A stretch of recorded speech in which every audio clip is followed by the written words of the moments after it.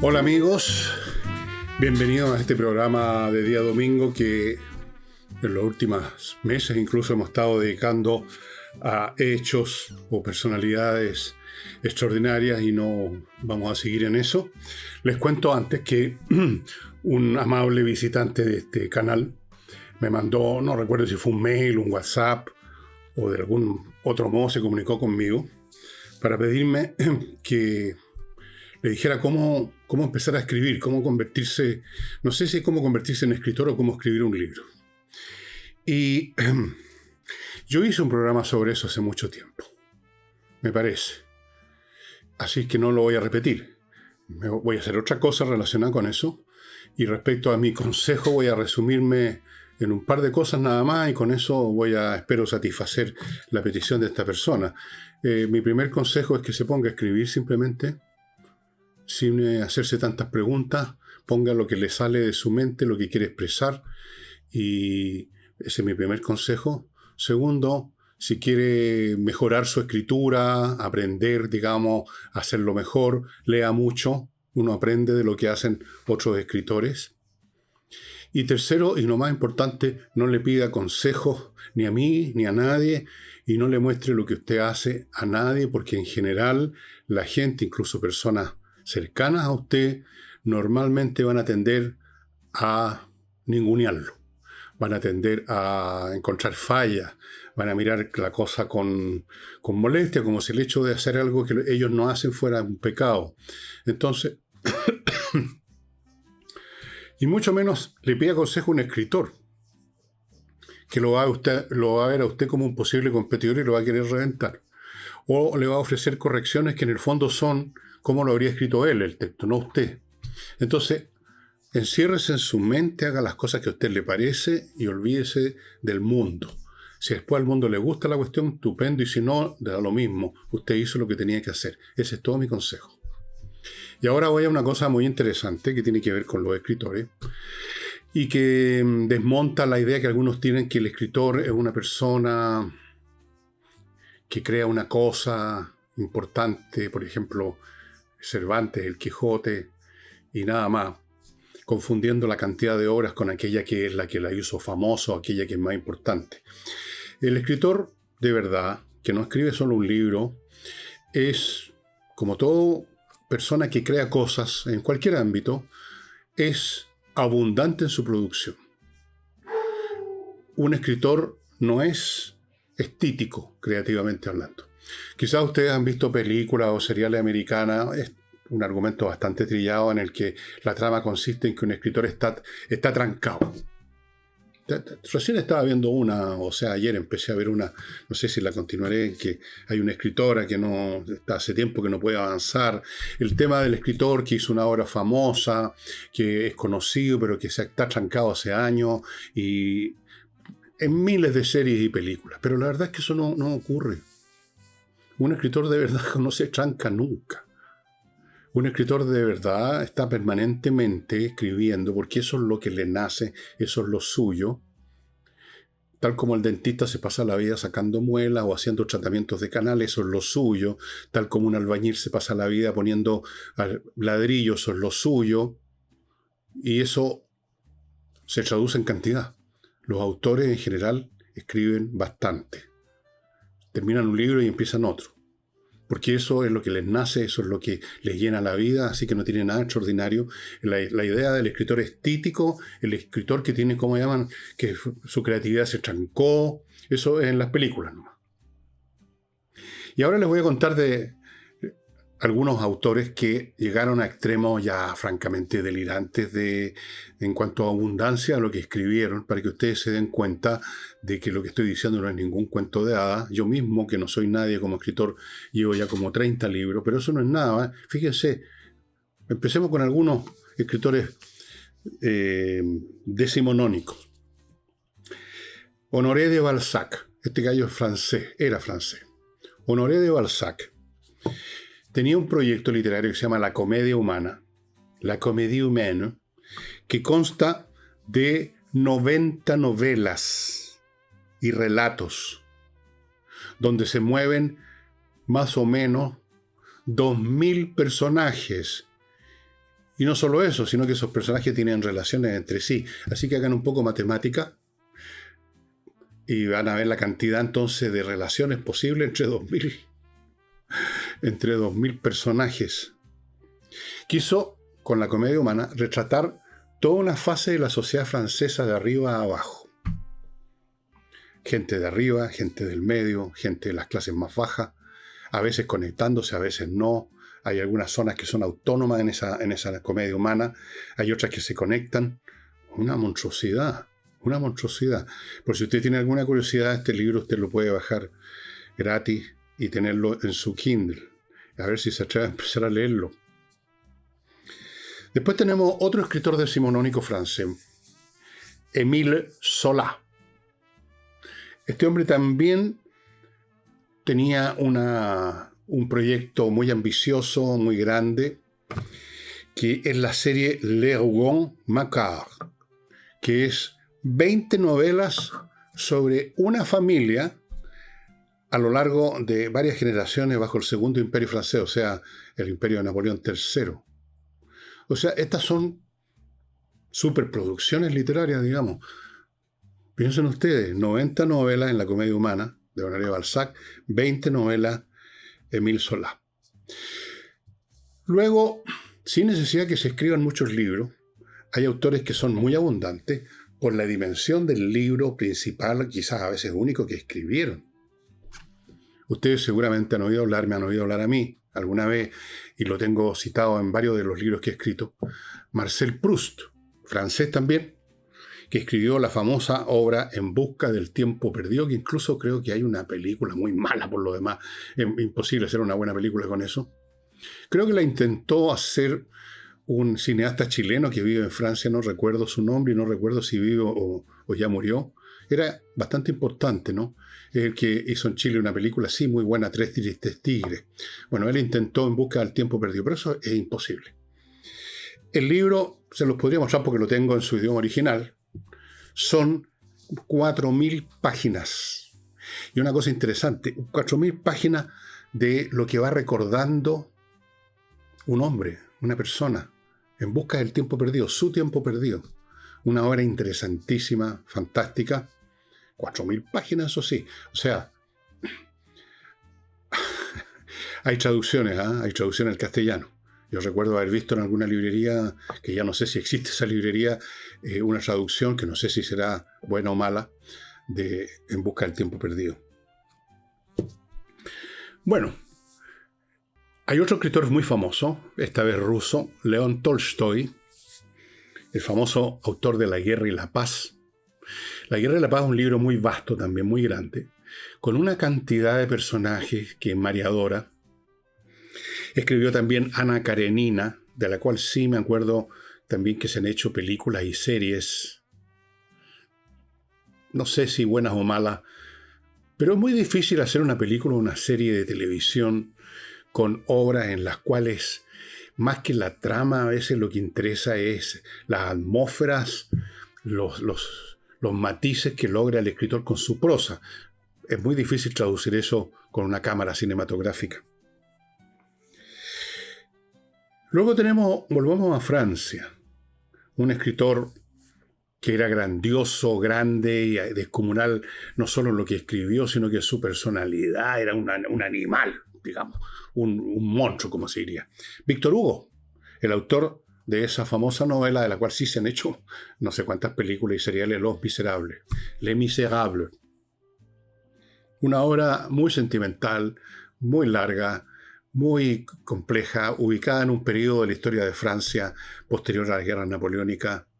Más o menos, la obra transcurre aproximadamente en la tercera década del siglo XIX, por ahí.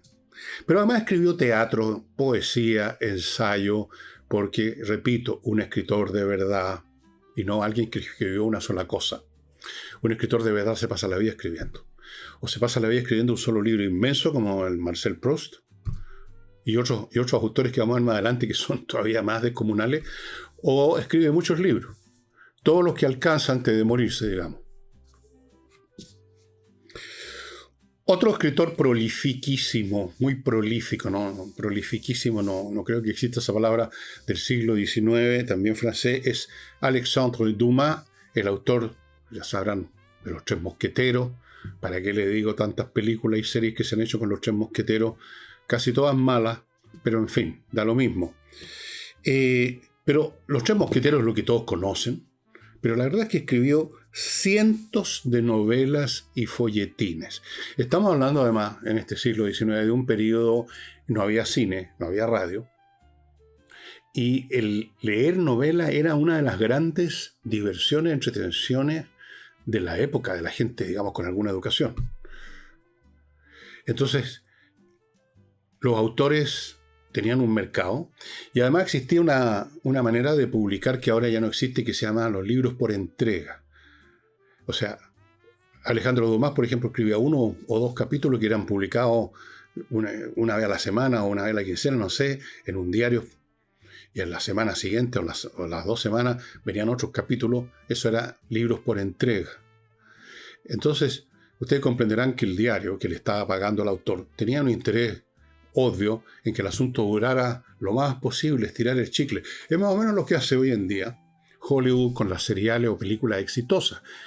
Empiezan a producir más de lo mismo. ¿Cuántas Alien hay? ¿Cuántos Godzilla hay? ¿Cuántas series que han sido exitosas ya en su primera temporada, como llaman? Llevan 8, 10 temporadas. Hay actores que han hecho su vida en una sola serie. Entonces, el autor estaba acicateado, además porque ganaba dinero de esa manera, en prolongar, como estirar el chicle lo más posible. Permítanme, antes de seguir con escritores, algunos de los cuales ustedes conocen, otros quizás no, recordarles que algunos de los sponsors de este día domingo, Oxibiota, que está con nosotros todos los días, un polvito que viene en un sobre parecido a este, pero del mismo porte, pero con ilustraciones, con instrucciones por los dos lados. Este es el que me mandaron de la fábrica. Bueno, aquí hay un polvito que usted lo mezcla con agua, lo echa en un cacharro, una cacerola, qué sé yo, y al cabo de media hora se convierte en una colonia de bacterias aeróbicas, y con ella usted elimina de raíz los malos olores, porque esas bacterias que usted ha vertido, que usted ha vaporizado sobre superficie, donde sea, destruye las bacterias que inician la descomposición de materia orgánica, que a su vez es la que produce el mal olor. Y la materia orgánica puede ser una cantidad muy pequeña que usted ni ve. En un jardín, por ejemplo, hay millones de insectos que han muerto, que es sustancia orgánica que se está descomponiendo. Están las fecas de sus perros, un montón de cosas, de los pájaros, fruta que cayó y se está pudriendo. En las casas también, por mucho que usted limpie los platos, le saque la comida antes de lavarlo, va quedando en las cañerías. Entonces, tarde o temprano va a haber descomposición orgánica. Este producto elimina las bacterias que le inician y entonces elimina de raíz el mal olor. Esto debiera estar en todos los restaurantes y casinos de Chile. Oxibiota.cl, ahí lo obtienen. Sigo con el suplemento Vito para sus mascotas, estimados amigos, sus gatos, sus perros. Una cucharadita de este suplemento que usted le ponga al plato con el pellet y su mascota va a estar en mucho mejor estado de salud, porque va a estar ingiriendo suplementos vitamínicos y minerales que le van a hacer muy bien. ¿Dónde se consigue el suplemento Vito? Casi en todas las mascoterías lo tienen. Y si no, entra al sitio. Ahí está a mi lado el afiche, llamémoslo así. Sigo con Mr. Transfer, una empresa de transporte cuya casa matriz se encuentra en Viña del Mar, que se dedica a transportar pasajeros desde las ciudades, qué sé yo, Vivienda, etcétera, de la quinta región, Viña, Valparaíso, Concón, qué sé yo, al aeropuerto principalmente, pero pueden haber grupos que necesiten otro destino y no hay ningún problema. Pero básicamente es la gente que va al aeropuerto para volar, y esto es muy práctico. Se evita usted el problema de ir en su propio auto, a lo mejor no llega bien, tiene un problema en el camino, después está el tema del estacionamiento, el temor de que se lo choree o lo arruinen, alguien lo estacionó al lado y lo abolló, o el costo del estacionamiento día tras día tras día. Mucho mejor en esto, como en muchas otras cosas, no usar el auto, sino que arrendar, subirse un taxi, qué sé yo. Aquí en este caso, Mr. Transfer, amigo. Los vehículos son grandes, son cómodos, caben 6 personas, aparte del chofer. Usted puede estirar las piernas. Los choferes son profesionales que conducen con cuidado y son muy puntuales a la hora que usted los cite para pasar a su casa a recogerlo, a la hora que usted se le ocurra. en la madrugada, en la noche, un día festivo, un día de semana, ahí van a estar a la hora esperándolo para llevarlo. Y lo mismo al regreso, si usted los contrató para que lo esperen a la salida del aeropuerto, ahí van a estar esperándolo. Y termino este bloque con InsightChile.cl, una empresa que se especializa en ayudar a otras empresas a mantener bien la contabilidad y el tema tributario, que es tan importante. Tantas empresas que no les hicieron bien la declaración de impuestos, y el que paga el pato no es el que hizo mal la declaración, el contador, sino que es la empresa la que recibe las multas y los problemas. Ellos analizan todo el asunto, buscan la manera de que la carga fiscal sea lo más adecuada para usted. En fin, lo hacen todo. InsightChile.cl. Bueno, este autor probablemente ustedes no lo conocen, es un autor inglés, Anthony Trollope. 47 novelas, con varios ciclos. Esto es bastante clásico de autores. Bueno, a mí me salió por casualidad esto de el ciclo que termina en Resurrección, que se me había olvidado contarles que está disponible la segunda edición en elvillegas.cl/tienda. Yo no pensé nunca en hacer un ciclo de nada, se dio. Bueno, otros autores sí tienen pensado hacer un ciclo, como La comedia humana, los Wombat Card, y el Antoine Trollope también tenía varios ciclos, 47 novelas. No les digo que sea fácil escribir novelas, bastante complicado, 47. Bueno, y aquí tenemos otro autor que yo recomiendo mucho, una de las grandes plumas del género de la ciencia ficción, Isaac Asimov, el autor de esa famosa saga Fundación Imperio, Segunda Fundación, etc. Y otros, Yo Robot, se han hecho películas, se han hecho series. Bueno, yo tengo muchos libros de él, pero no los tengo todos porque el hombre escribió 500 libros. 500. ¡Qué salvajada! Escribió libros sobre ciencia, que tengo. Escribió este ciclo de Fundación, que lo tengo completo, de Dios gracias, porque es fantástico. Hay una serie, creo que en Netflix, o en Prime Video. En Prime Video está la serie de... hay que leer los libros. Pero escribió muchísimo, escribió de todo. Tiene una autobiografía que también la tengo, pero no tengo sus 500 libros. 500 libros se pasaba escribiendo, amigos. Bueno, eso es lo que hacen los escritores. Como digo, no son estéticos. Hay una persona que escribe un solo libro, ha habido, y les voy a mencionar al tiro algunos, porque son casos excepcionales que confirman la regla. Por ejemplo, la autora de Lo que el viento se llevó, se llamaba Margaret Mitchell, escribió ese puro libro. Y se hizo famosa con ese puro libro. No escribió ninguno más. Lo mismo otra autora, Emile Brontë, un solo libro, muy famoso, ni uno más. Salinger, un autor norteamericano, un solo libro importante. Creo que escribió algunas cositas más, pero uno. Chao. Pero estas son excepciones. Normalmente el escritor escribe mucho. Otra cosa es que se conozcan sus obras, otra cosa es que todas sean famosas. Normalmente es una o dos libros los que, digamos, se asocian con el autor, pero en el oficio y en el ejercicio se escribe mucho. Se pasó, ¿no? 500 libros, este monstruo. Pero aquí ya viene una cuestión que es casi como, digamos, ya para ponerlo en un museo. Un autor que en la época en que yo estaba en el colegio, o sea, en los años 60, cuando se estudiaba, fíjese, en la época en los colegios, ¿me podrá creer usted que se estudiaba? ¿Me podrá creer usted que había pruebas donde se ponía nota? ¿Me creerá usted que los alumnos que sacaban malas notas repetían curso, tenían que ir al examen de marzo? ¡Qué fascista era la cosa!, ¿no? Bueno, en esa época, en la clase de castellano se estudiaba muchas cosas, y entre otras, el siglo de oro español, el periodo en que se escribió mucho, hubo mucha obra, y uno de los personajes de ese periodo es el famoso Lope de Vega. Básicamente hizo dramaturgia, escribió, ustedes no me lo van a creer, 1500 comedias.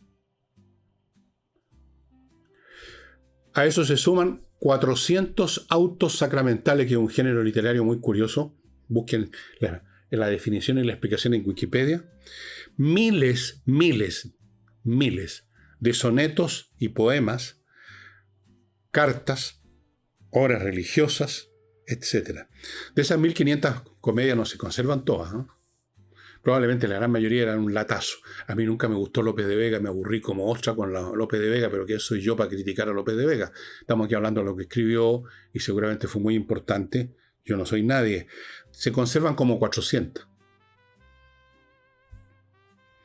Y ahora vamos a un caso de una señora del siglo XVII que se llamaba Madeleine de Scudéry. Esta señora escribió la novela más larga que jamás se haya publicado. O sea, la novela se llamaba Artamène ou le Grand Cyrus. Artamène o el Gran Ciros. Ciro, uno de los emperadores persas de la época de la guerra médica, ¿no?, contra los griegos.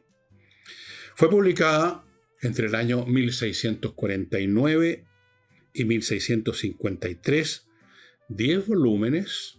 Te dirán, bueno, 13.000 páginas. 13.000 páginas. La novela más larga de la historia, el bostezo más largo de la historia. Como muchas escritoras y escritores de ese periodo, mucho sentimentalismo, o sea, por las páginas chorrea la mermelada, mucho discurso, haciendo un poco como hacen ahora los actores Hollywood, que les dan el premio y se ponen a discursar sobre un tema. Creen que están en condiciones de aleccionar al mundo. Muchas intrigas de amor, pero este amor de ese periodo lleno de discursos y de sinuosidades, todas terminan igualmente, ustedes saben dónde, pero el camino está lleno de curvas, tremendo, tremendo. No he leído ni una línea de la señora Madame Scudéry. En el campo de la historia también hay autores prolíficos. Obviamente, todos los autores, todos los que escriben algo, no solamente novela, no solamente poesía, no solamente dramaturgia, sino que también historia. Bueno, piensen ustedes en la obra Estudio de la Historia de Arnold Toynbee, un historiador del cual les he hablado en distintas ocasiones. Lo tengo por ahí. Allá lo estoy viendo. 12 volúmenes, con un grado, estimado amigo, de detalle, de erudición pasmosa. Pasmosa. Una cosa increíble. Y ya que estamos hablando de historiadores, otro historiador del cual les he hablado N veces, y que yo siempre les recomiendo que lo lean en inglés. Prácticamente en castellano creo que hay una sola traducción y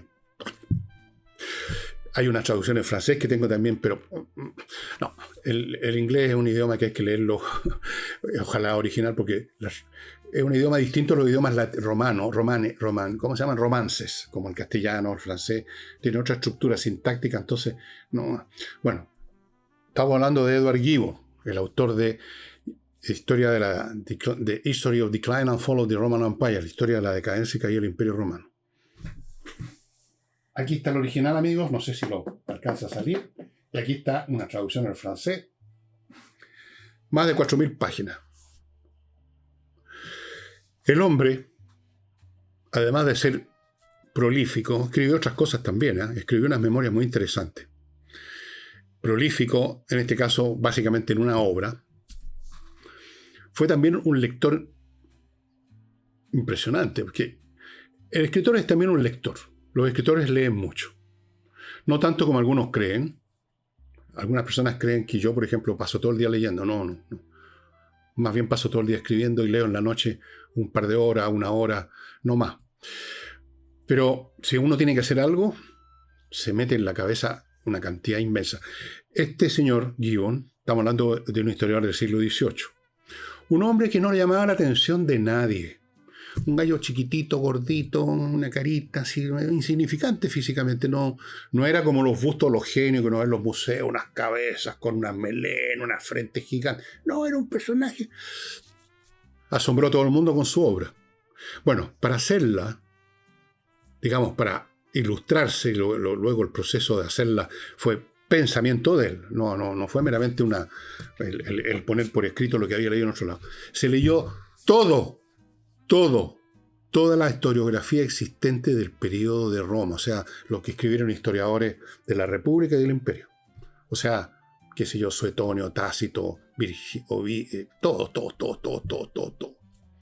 Fuera de eso leyó todo lo que se había escrito hasta su época, siglo XVIII, sobre Roma. Y luego de eso leyó todo de otros montones de cosas. No me acuerdo cuántos ejemplares tenía la biblioteca de este personaje. Obviamente que se conservan ejemplares de la librería de él, la biblioteca de él. Pero efectivamente fue un lector descomunal. Para ilustrarse, para hacer su trabajo descomunal. Hasta el día de hoy, Decline and Fall of the Roman Empire, escrita en el siglo XVIII, fue empezada, miren qué curioso, en el año de la Declaración de Independencia, en 1776. Y la última línea en que se despide de sus lectores y dice con qué pena uno cierra una cosa que le ha llenado toda la vida, etc., en el último tomo, fue días antes de que estallara la Revolución Francesa. 1776, 1789. Ahí vean, todos los años de 76 y 86 hay 10 más 3, 13 años escribiendo ese libro. Miren las fechas, ¿eh?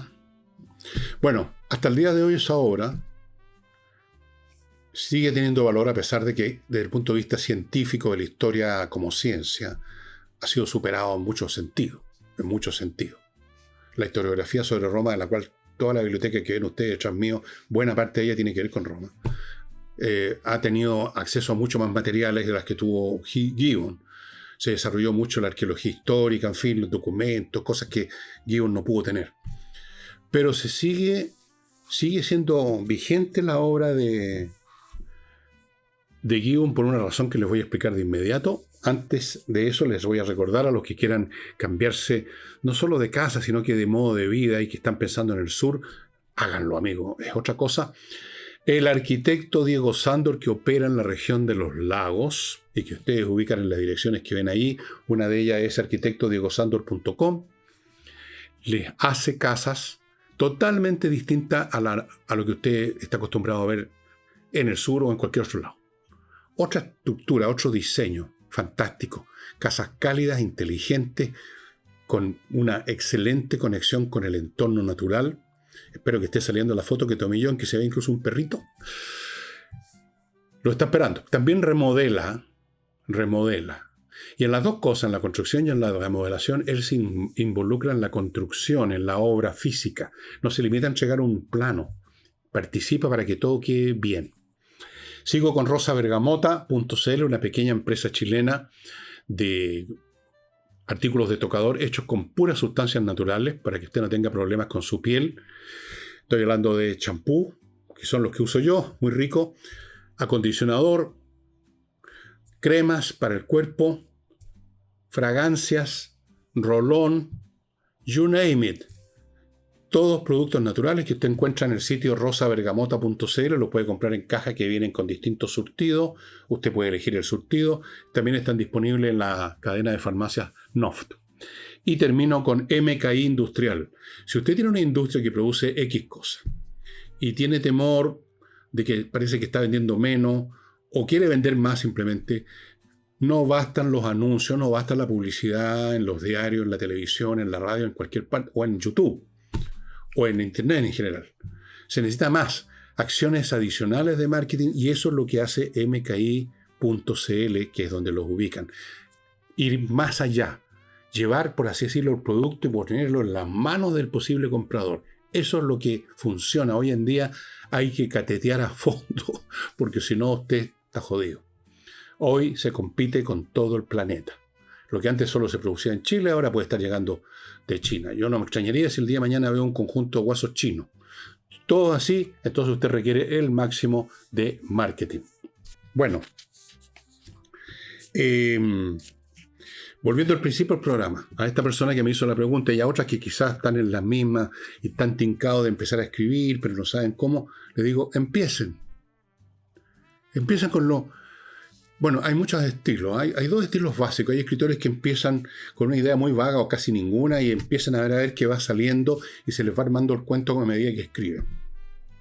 Hay otros que tienen un grado de planeación, en el caso mío, relativo, no todo cerrado hasta el último detalle, como si fuera un guión de cine donde está todo especificado, pero aún ahí hay improvisaciones, de repente los actores, qué sé yo, se cambian cosas. Pero se deja espacio para las transformaciones que se van produciendo en el proceso de escribir. Bueno, haga como usted quiera, estimado amigo, empiece. Eso es lo primero, empiece a escribir, no le pida consejo a nadie, no empiece, digamos, a estirar la cuerda, a estirar con cosas previas antes de empezar, que a ver qué procesador de texto uso y compro una libreta con una cuestión o cómo lo hago, empiece ya. Y segundo, no le muestre a nadie, no gana nada con mostrar. Normalmente lo van a criticar, le van a decir, oye, no, pero no. Lo van a desestimular. No dé pelota, escriba, solito. Punto. Y si el día de mañana usted cree que es publicable, llévelo derechamente a una editorial. No empiece a mostrarlo. No sirve de nada. Puras críticas, puros reproches, puras miradas de desdén, puro ninguneo. Rara vez va a haber alguien que diga si está bueno su libro, oye, que está bueno tu libro. Rara vez. Si lo encuentran bueno, se van a quedar callados. Van a hacer un esfuerzo por encontrar un defecto. Así funciona la gente en general. Así que mi consejo, empieza a escribir sin darle tantas vueltas, no le muestra a nadie. Y eso es lo fundamental. Y haga lo que le sale de su mente, de su corazón. De eso se trata. No invente de la nada. No diga, a ver, voy a escribir una novela de ciencia ficción ahora porque sí. No, eso no funciona. Un escritor profesional puede hacer eso. Digamos, tiene uno la técnica ya para escribir lo que le pidan. Pero no tiene sentido. No tiene mucho sentido hacer eso. Así es que ahí con eso termino mi programa con ese simple consejo. Empieza a escribir, no le muestra a nadie, haga lo suyo y quédese calladito nomás. Quédese calladito. Y el día que hable con la editorial donde le dice, esto es lo que yo escribí, ¿qué les parece a ustedes? Y si les parece mal y le dicen, no están en nuestras líneas, ese tipo de frases, no se decepcionen, no se amarguen. Eso le pasa a todos los escritores. No conozco casi ningún escritor que inmediatamente corren a abrazarlo en la editorial. Muchos escritores que se han hecho famosos, que han ganado el Nobel, han sido rechazados 50 veces en las editoriales. Sea persistente, crea en sí mismo y no le muestre nada a nadie. Eso es mi consejo final. Y con esto, estimados amigos, termino el programa de hoy día. Mañana continuaremos. Esto va a ser una semana de transmisión del mando. En este momento entiendo que estoy grabando. Me mostró mi mujer hace una escena en la televisión de Cast, ya reuniéndose en esta reunión del Escudo de América que organizó Donald Trump. Vi unas imágenes de Cast dándole la mano y hablando un rato con Trump. Vamos a tener bastante material la próxima semana. Eso, la transmisión del mando acá. Y vamos a ver con qué nuevas novedades desagradables nos va a mostrar Contraloría, que sigue, donde mete el dedo salta la pu. Bien amigos, muchas gracias por haber estado conmigo y no olviden, a propósito del libro, permítanme, Resurrección y también Para no tirarse por la ventana, ambos libros en su segunda edición, ambos libros en elvillegas.cl/tienda. Y en elvillegas.cl/correo tienen la posibilidad de inscribirse para recibir un mail diario gratuito sobre los más diversos temas que se me ocurren en un momento dado. Son cortitos, los leen unos segundos, en un minuto. Ya, eso sería todo. Muchas gracias. Nos vemos mañana. Chao.